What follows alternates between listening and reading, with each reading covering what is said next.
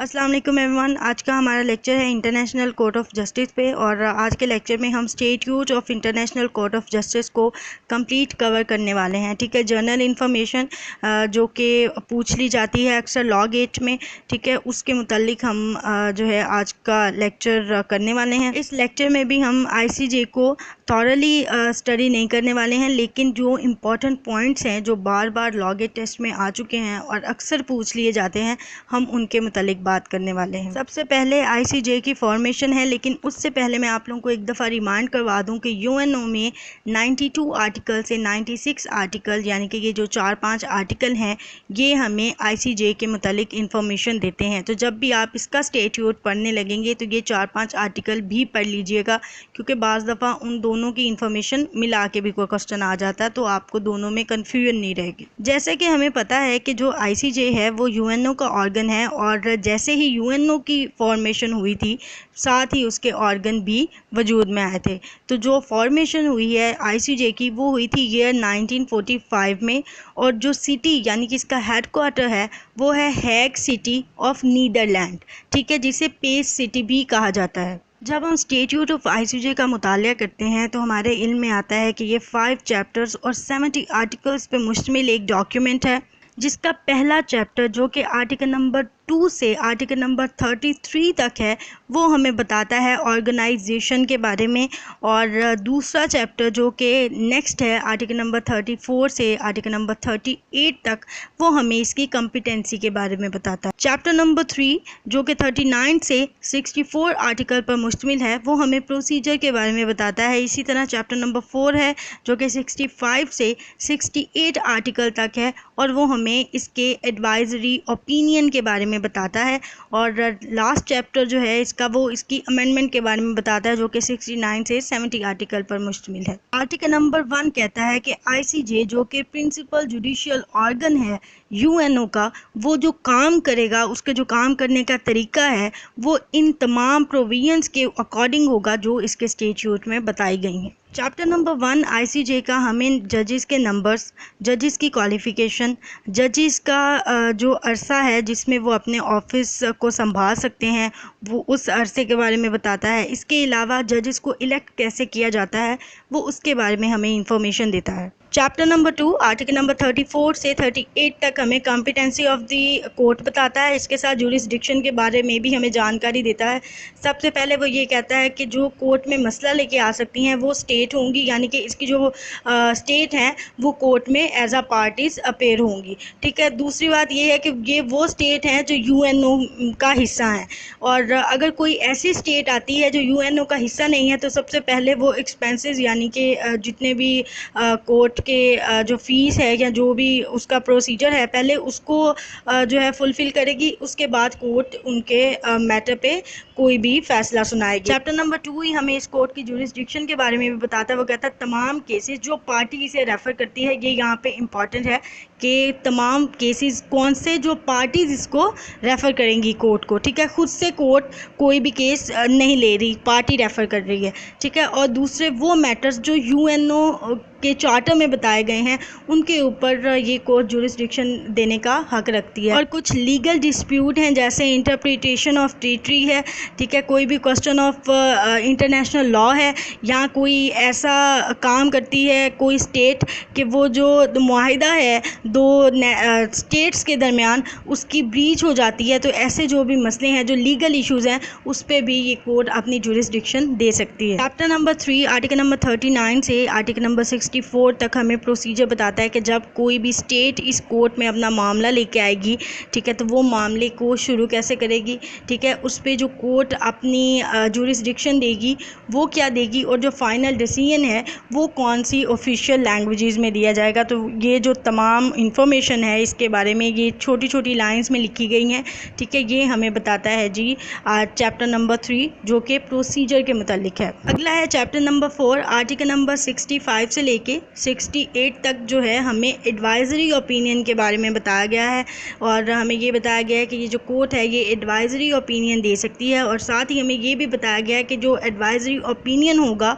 वो open court में दिया जाएगा। Chapter number 5 article number 69 to 70 हमें अमेंडमेंट्स के मुतालिक बताता है। आर्टिकल नंबर 69 कहता है कि जो अमेंडमेंट प्रोसीजर है वो सेम एज इट इज़ ही है जो यूएनओ का था, ठीक है। वो जनरल असम्बली जो रिकमेंडेशन है सिक्योरिटी काउंसिल की उसको कंसीडर करते हुए अमेंडमेंट का प्रोसीजर आगे कंटिन्यू करेगी। और आर्टिकल नंबर 70 कहता है कि अगर कोर्ट ऐसा ज़रूरी समझती है तो वो जो ये अमेंडमेंट्स हैं वो रिटन कम्युनिकेशन के थ्रू सेक्रेटरी जनरल तक पहुंचा सकती है for consideration in conformity with the provision of article number 69। ये एक जनरल ओवरव्यू था आईसीजे का, और अब हम वो पॉइंट्स या वो एमसीक्यूज डिस्कस कर लेते हैं जो प्रीवियस लॉ गेट टेस्ट में आ चुके हैं। सबसे पहला पॉइंट ये है कि ये जो आईसीजे है ये प्रिंसिपल जुडिशियल ऑर्गन है यूएनओ का। हमें ये पता है कि ये ऑर्गन है यूएनओ का, लेकिन हमें साथ ये भी पता होना चाहिए कि ये कौन सा ऑर्गन है। तो ये प्रिंसिपल जुडिशियल ऑर्गन है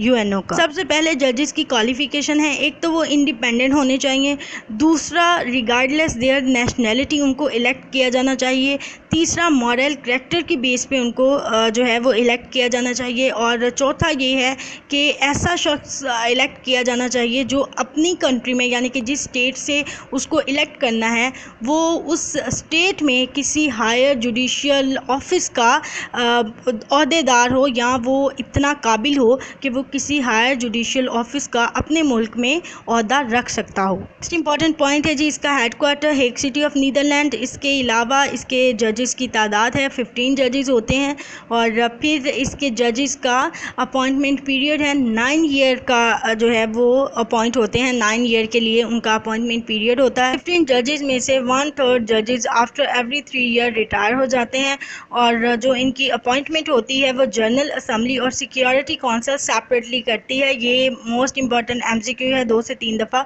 पूछा जा चुका है। अगर इसकी लैंग्वेजेस की बात की जाए तो 2 ऑफिशियल लैंग्वेजेस हैं इसकी, एक इंग्लिश दूसरी फ्रेंच यानी कि फ्रांसीसी, और दूसरा इसके कॉरम की बात की जाए तो 9 जजेस का कॉरम होता है इसका। कि स्टेट के 2 जजेस अपॉइंट नहीं किए जा सकते। इसके अलावा कोई ऐसा शख्स जिसकी ड्यूल नेशनैलिटी है तो जो उसकी नेशनैलिटी कंसीडर की जाएगी वो उस मुल्क की जाएगी जिसमें वो सिविल और पॉलिटिकल राइट्स रखता होगा। इसके अलावा ये एक प्रैक्टिस है कि जो 5 जजेस हैं वो सिक्योरिटी काउंसिल के 5 परमानेंट मेंबर्स में से ही सिलेक्ट किए जाएंगे। री इलेक्शन की बात की जाए तो जी बिल्कुल री इलेक्शन हो सकता है, लेकिन उसका प्रोसीजर ये है कि एक टर्म की एक्सपायरी के बाद यानी कि 9 ईयर टर्म होता है, उसकी एक्सपायरी के बाद जो सेकंड टर्म स्टार्ट होगा उसमें वही सेम मेंबर्स को री इलेक्ट किया जा सकता है। अगर कोर्ट के एडवाइजरी ओपिनियन की बात की जाए तो वो किसी भी पार्टी पे बाइंडिंग नहीं है, यानी कि पार्टी के लिए ज़रूरी नहीं है कि वो जो एडवाइजरी ओपिनियन कोर्ट ने दिया है वो उसको माने भी।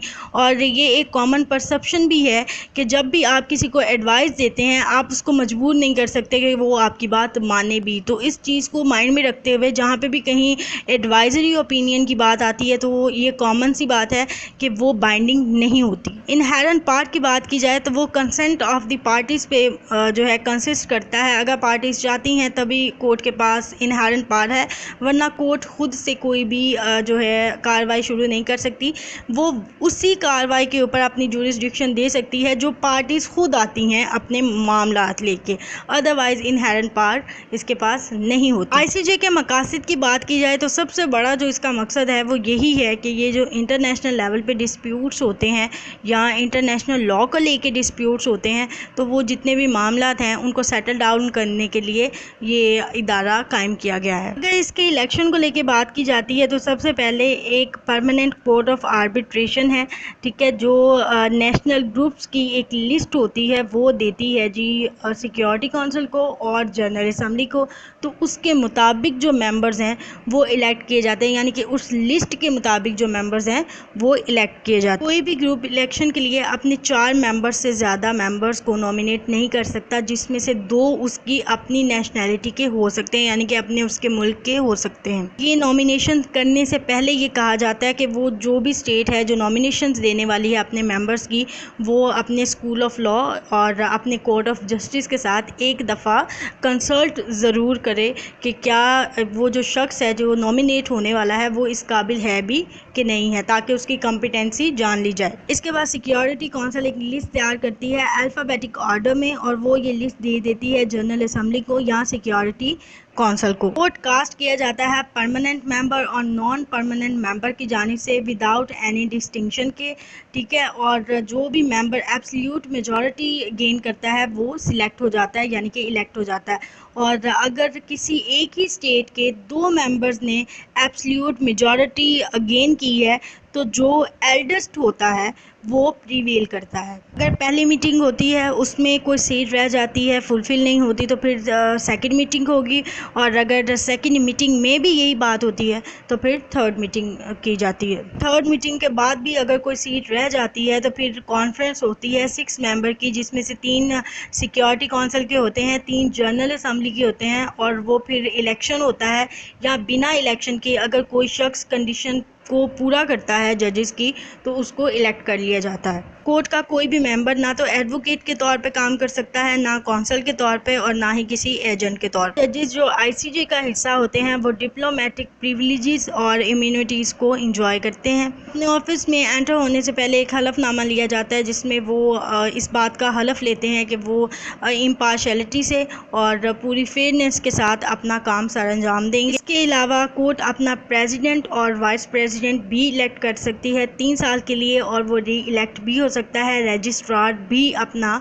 कोर्ट इलेक्ट कर सकती है। अगर कोई स्टेट पार्टी के तौर पे कोर्ट के सामने आती है और कोर्ट उस पर अपनी जुरिस्डिक्शन देती है तो वो रवीन दायर भी कर सकती है। वो पार्टी रवीन दायर करने की जो कंडीशन है वो ये है कि कोई न्यू फैक्ट पार्टी ने डिस्कवर किया हो तो उसकी बेस पे वो रवीन दायर कर सकती है। तो डिस्कवरी ऑफ न्यू फैक्ट जो रवीन का टाइम पीरियड है वो 6 मंथ्स है, और इसके अलावा कोई भी ऐसी रवीन की एप्लीकेशन जो 10 साल बाद दी जाए जजमेंट की वो एक्सेप्टेबल नहीं होगी। नेचर ऑफ ऑफिस की बात की जाए आईसीजे के तो ये इलेक्टिव किस्म का इसका ऑफिस है। ये था आज का हमारा लेक्चर स्टेट्यूट ऑफ आईसीजे पे, और ये जो इन्फॉर्मेशन आप लोगों के साथ शेयर की है ये ऐसे ही एमसीक्यू में पूछी जाती है, बल्कि बार बार पूछी जाती है। कभी वो आर्टिकल का हवाला दे के पूछ लेता है, कभी वो बिना आर्टिकल का हवाला दिए पूछ लेता है, लेकिन हमें इसका जवाब आता है अगर हमने इसको पढ़ा हो। दूसरा, अगर आपने थॉरली पढ़ना है ये स्टेट्यूट तो हार्डली आधा घंटा लगता है, क्योंकि 2-2 4-4 लाइंस की इसकी एक्सप्लेनेशन है। बहुत कम है जो कोई पैराग्राफ दिया गया है, लेंथी है, वरना बहुत इजी है ये स्टेट्यूट। तो एक दफ़ा आप इसको ख़ुद भी पढ़ लीजिएगा ताकि कोई पॉइंट रह गया है तो वो आपका क्लियर हो जाए, और उम्मीद है आप लोगों को ये लेक्चर समझ आया होगा।